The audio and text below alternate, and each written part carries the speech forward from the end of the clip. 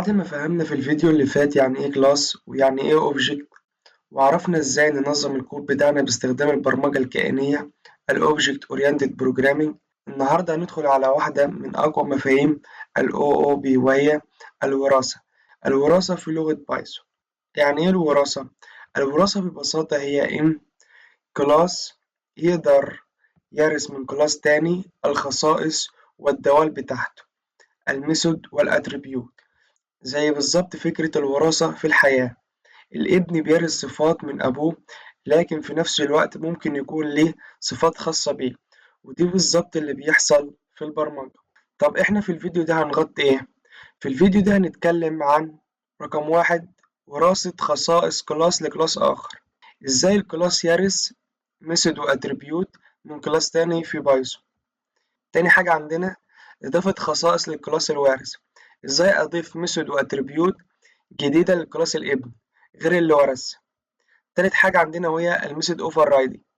ازاي اعمل نسخة معدلة من دالة موجودة في كلاس الاب، يعني اغير سلوك دالة معينة من غير ما اكتب كل حاجة من جديد.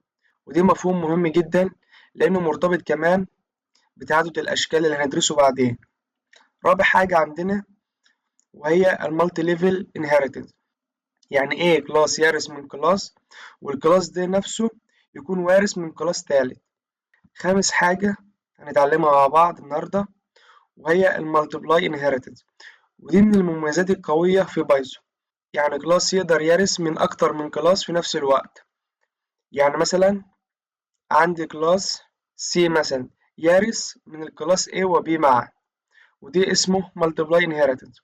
وهنشوف بيشتغل ازاي عمليا، وايه الحالات اللي نستخدم فيها وامتى يكون استخدامه غلط. ليه الوراثة مهمة؟ لأنها بتخلينا نعيد استخدام الكود تاني، ونقلل من التكرار، ونبني هياكل منظمة، ونصمم سيستم قابل للتوسع. خلينا بقى نطبق الكلام اللي اتكلمنا عنه عمليا في مثال بسيط كده. احنا قدامنا دلوقتي صورة بتوضح اللي احنا هنشتغله جوه الفيس كود دلوقتي. أول حاجة عندنا هو كلاس البيرسون، ديت الفئة الأساسية عندنا. يعني أي شخص عنده الأتريبيوت ديت اللي هو النيم والعمر والنوع. والميثود عندنا هي الدالة اللي هتطبع بيانات الشخص ده. تمام. وعملنا كلاس تاني وهو الامبلوي، ودي كلاس هيرث من البيرسون، هيرث منه الاتريبيوت ديت والميثود دي. تمام. بدل ما نعيد كتابة الأكواد دي تاني، لا هنخليه يرث الصفات ديت بدل ما نكتبها تاني. بس معلش في هنا غلطة في الكتابة، هنا المفروض يكون في سالري كمان. تمام. فهو هيرث كل الصفات ديت، وهنزود عليه الصفة اللي هو خاصة بالموظف نفسه وهي السالري.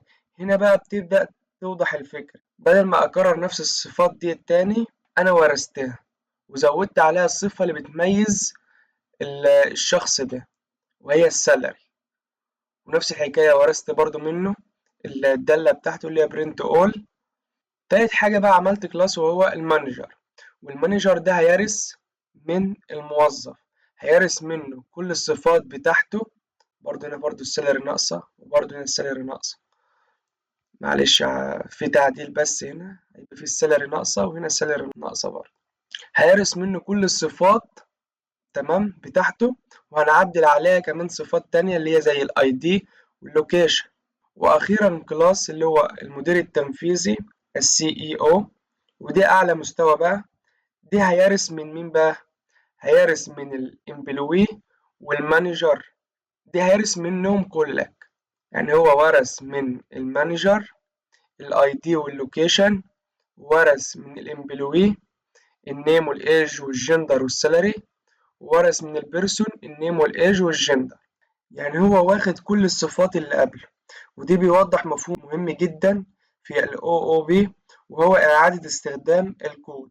بدل ما أكتب نفس البيانات 4 مرات، أنا بنيت هيكل هرمي. شايفين بقى الفكرة بدأت تبان إزاي؟ إحنا مش بنكتب كود وخلاص، إحنا بنبني نظام متكامل. ودي بالظبط معنى ال Object Oriented Program، إنك تمثل الواقع بكائنات مترابطة. إحنا شفنا الصورة الكبيرة دي بقى، تعالى نطبق في بيئة العمل بتاعتنا. أول حاجة عايز أعمل كلاس اللي هو البيرسون، وبعد كده هبدأ أضيف الاتريبيوت الخاصة بالبيرسون، وهي عندنا أول حاجة وهو النيم، وبعدين الايج، وبعدين الجندر. احنا كده ضفنا كل الاتريبيوت الخاصة بالبيرسون بالشكل اللي قدامك ده. وبعد كده هبدأ أقول اللي احنا عارفينه النوبة اللي فاتت، هي self دوت name، وبعد كده برضو نفس الحكاية أقول self دوت age بتساوي الage برضو، وبعد كده أقول self دوت gender بيساوي الجندر. احنا كده خلاص عملنا الاتريبيوت الخاصة بالكلاس ده. وبعد كده هعمل ميثود اسمها print all عشان تطبع لي الخصائص اللي خاصة بالكلاس ده. هاجي برضو بره هنا واقول def واسميها مثلا print all واديها قيمة self، منساش النقطتين. وبعد كده اقول له print واقول له اطبع لي self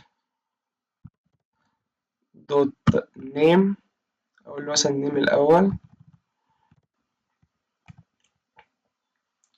وهاجي اكرر الكود ده 3 مرات، وهشيل النيم واخليها العمر،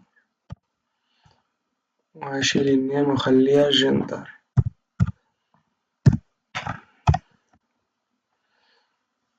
تمام. احنا كده عملنا الكلاس الاولاني اللي هو بيرسون، وعملنا له الاتريبيوت بتاعته اللي هي النيم والعمر والجندر. تمام. وعرفناهم هنا تاني. وبعدين عملنا دالة تطبع الاتريبيوت الخاصة بالكلاس ده، عملنا دالة اسمها print all واديناها قيمة سيلف، وبعدين قلنا له اطبع لي الاسم والعمر والنوع. تمام. احنا كده يعتبر خلصنا الكلاس الاولاني. تعالى بقى نعمله الكلاس التاني. كان الكلاس التاني عندنا هو الامبلوي. هقول كلاس واديله الاسم امبلوي، وعشان ارسل الاتريبيوت ديت ازاي بقى نشوفه ازاي بنعمل الوراثة. بفتح قوس واكتب اسم اللي انا هارس منه، الكلاس اللي هارس منه اللي هو البيرسون، وما انساش النقطتين دي. كده انا اعتبر عملت الوراثة، خليت الامبلوي يرث من البيرسون. تعالى بقى ازاي نشوفهم. دلوقتي بقى عايز اقول ان الاتريبيوت بتوع الامبلوي هم نفس الاتريبيوت بتوع البيرسون. بشكل بسيط جدا هكتب اسم الكلاس وبعدين دوت init. تعالى بقى ندخلهم الاتريبيوت بتاعته. هقول def init. شفت القيم اول ما عملت انتر ده عمل لي كل حاجة يعتبر، بس انا همسح الجزء ده عشان نفهمه واحدة واحدة. تمام. بعدين هو دخل لي الاتريبيوت اللي انا عايزها اللي هي النيم والعمر والجندر، وهضيف عليهم كمان اللي هي السالري بقى اللي احنا عايزين نضيفوه زي ما كان معمول في الصورة، هنضيف السالري. تمام. دلوقتي عايز اقول بقى ان الاتريبيوت بتوع الامبلوي هما نفس الاتريبيوت بتوع البيرسون. بشكل بسيط جدا هكتب اول حاجة اسم الكلاس، وبعدين عشان بقى يعمل الوراثة هقول اسم الكلاس بيرسون، وبعدين أعمل دوت، وبعدين أقول init، وبعدين أدخلها اللي هي الاتريبيوت بتوع البيرسون الأولاني. أقول له self، أول حاجة self،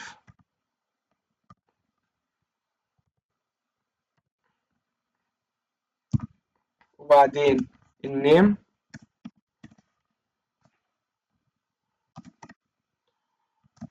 وبعدين الage،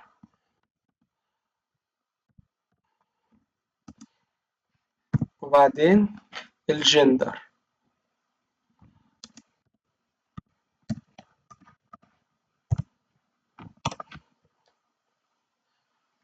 تمام. هو كده يعتبر ورث كله من عدا السالري، حتى كله اتلون معانا اهوت، الاسم والعمر والنوع كلهم اتلونوا معانا اهوت من عدا السالري. فانا هاجي اعمل بقى زي المعتاد خالص عشان اعمل السالري.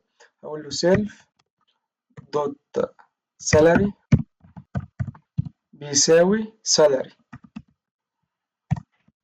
اتعرفت معانا كده، اتعرفت معانا اهيت. وبعد كده عايز اعمل الميثود بتاعتنا اللي هي بتاعت برنت دي. بس هنا عندنا في النيم والايج والجندر، بس احنا عندنا ضفنا السالري. فانا هضطر اعمل حاجه اسمها ميثود اوفر رايد، نسخه معدله. يبقى هنسخ دول تاني كده، هنسخ دول تاني واجي تحت هنا واكتبهم تاني مع الاضافه. هاجي اضيف هنا كده على طول واخليها السالري عشان هي مش اللي موجوده عندنا. احنا كده يعتبر عملنا حاجه اسمها الاوفر رايد. طب انا لو عايز ارن الكود ده عشان اعرف هو ورث ولا ما ورثش، تعالى نعمل اوبجكت. هنقوله مثلا موظف اللي هو employee 1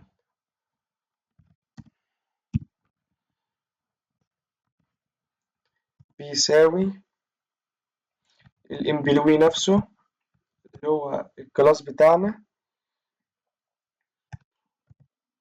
وهدخل له القيم. اول حاجه عايز مني الاسم، اقول له مثلا احمد. وبعدين عايز مني العمر، اقول له مثلا 20. وبعد كده عايز مني النوع،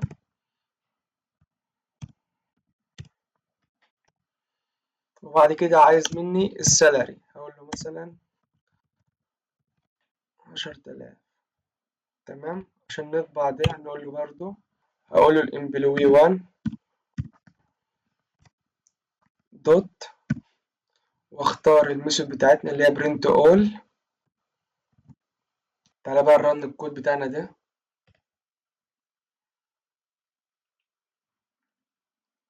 اهو. كده طبق الوراثة عادي خالص، وقال لي ان الموظف الاولاني اسمه احمد وعنده 20 سنة وذكر وبيقبض 10,000. تمام. طب انا لو عايز اعمل كلاس جديد وهو المانجر، فانا هاجي هنا برضو، بس نمسحه دول عشان منطبقوش تاني معانا. هعمل كلاس عندنا تاني وهو المانجر. اول حاجة اعمل كلاس وهسميه مانجر، ومنساش النقطتين. تمام. وبعدين هديله الاتريبيوت بتاعته، اقول له def init.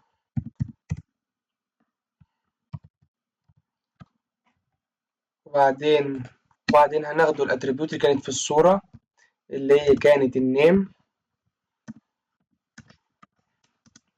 والاي دي وكانت اللوكيشن، نسميها اللي هو سي كده على طول. ماشي. وبعدين هنقولهم عشان نعرفوهم، هنقولهم self dot name بيساوي النيم. وبعدين اقول self dot id بيساوي الاي دي. وبعدين اقول self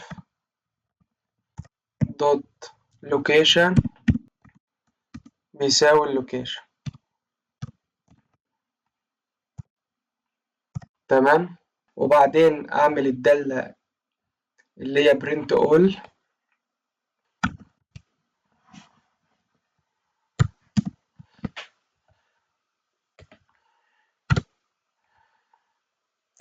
واحط هنا الاي دي.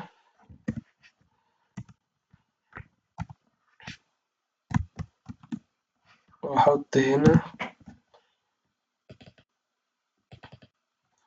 اللوكيشن. احنا خلصنا من الكلاس ده بالكامل. تعالى بقى نخش على الكلاس اللي هو السي اي او، المدير التنفيذي. لو جينا على الكلاس اللي هو السي اي او هنلاقيه بيرث من كلاسين، الامبلوي والمانجر، بيرث من الاتنين دول. طب تعالى نشوف دي بيتعمل ازاي. اول حاجة، اول اسم الكلاس، كلاس واسمه السي او، وعايزين نعرفهم ازاي كلاس يقدر يرث من كلاسين تانيين. هنشوف ازاي بنعمل الحكاية دي. هتحط جوه القوس الكلاس الأولاني فاصلة الكلاس التاني، بس عادي خالص زي ما كأنك بتورث كلاس واحد. الامبلوي اسم الكلاس عادي والكلاس اللي هيرث منه، بس الفرق هتعمل فاصلة هنا وتحط الكلاس التاني. تمام. أنا أول حاجة نقول الكلاس اللي هو الامبلوي. تمام. الكلاس التاني اللي هو المانجر، ومنساش النقطتين. كده نعتبر خليت السي اي او يرث من الامبلوي والمانجر. تعال بقى ندخله الاتريبيوت بتاعته اللي كانت موجودة في الصورة. هنقوله def init.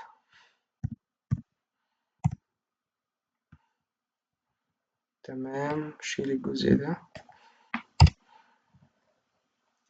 ودخل لي النيم والعمر والجندر والسالري. فاضل لنا الاي دي واللوكيشن. كده دخلنا له الاتريبيوت بتاعته. ازاي بقى نخليه يقدر يرث الاتريبيوت ديت من الامبلوي والمانجر؟ احنا كنا بنعمله هنا ازاي؟ كنا بنقوله اسم الكلاس اللي هيرث منه دوت init وندخله الاتريبيوت بتاعته. نفس الحكايه هنا بالظبط. هنقول له اول حاجه الكلاس الاولاني عندنا هناخدهم بالترتيب، الامبلوي دوت، وبعدين init، وبعدين هندخل له الاتريبيوت بتاعته. هو طلعهم له، قال لي النيم والعمر والجندر، بس تدخل سيلف الاول. بص هو تمشي معاه بالترتيب خالص اهو. وبعدين قال لي النيم، نقول له النيم، وبعدين هقول له الايج زي ما مطلع لي،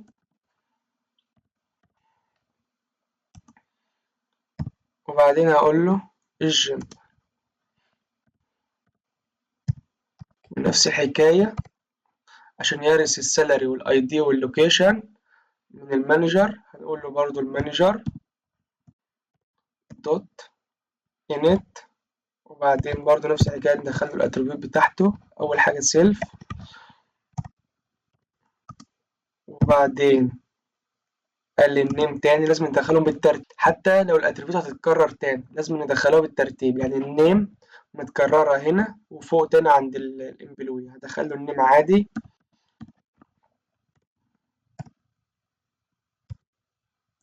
النيم، وبعدين عايز الاي دي،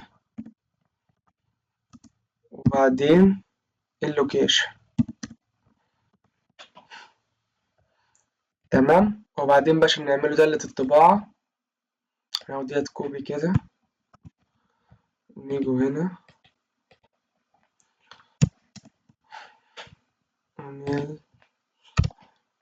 نعملها تاني. أول حاجة ناخدهم بالترتيب، النيم، وبعدين الإيج ناخدهم بالترتيب، وبعدين الجندر. تعالى نطبعه كذا واحدة، وبعدين السالري. خلي بالك احنا نسينا في الامبلوي نحط السالري، فهنيجي هنا برضو نحط السالري اهو كان مكتوب اساسا. تمام. نيجي نقول السالري، وهنيجي هنا بعد السالري كان في ايه، الاي دي، وبعد الاي دي هنقوله اللوكيشن.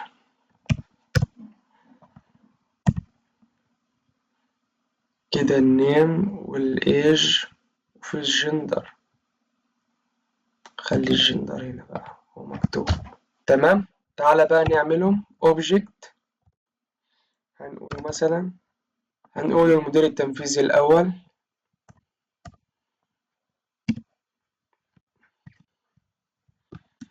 بيساوي اسم الكلاس اللي هو السي اي او، وبعدين افتح قوس، وبعدين ادخل له الاتريبيوت بتاعتنا اللي هي اول حاجه كانت النيم. هنقول له النيم هنسموه علي مثلا، وتاني حاجه عندنا وهي العمر، هنخليه راجل كبير شويه 50 مثلا. وبعدين هيقول لي الجندر، اقول له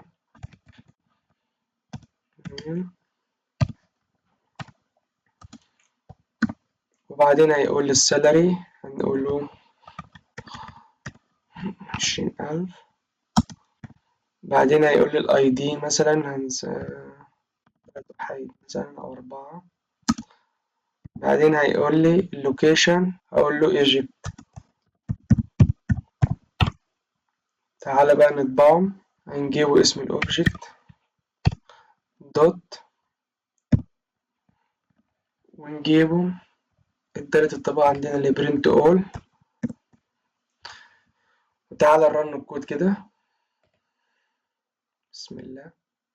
في غلطة عندنا في الكود اللي هو في السطر 27. تعالى نشوف السطر 27 ده.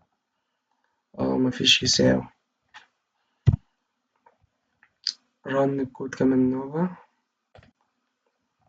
رن عادي خالص اسم المدير التنفيذي، تعالى ناخدهم بالترتيب كده. اسم المدير التنفيذي علي، عنده كام سنة؟ 50. بيقبض كام؟ 20,000. الاي دي بتاعه 4 وحايد. اللوكيشن بتاعه ايجيبت، ذكر. بس كده يعتبر خلصنا الوراثة بالكامل. استنونا في الفيديو الجاي إن شاء الله، والسلام عليكم ورحمة الله وبركاته.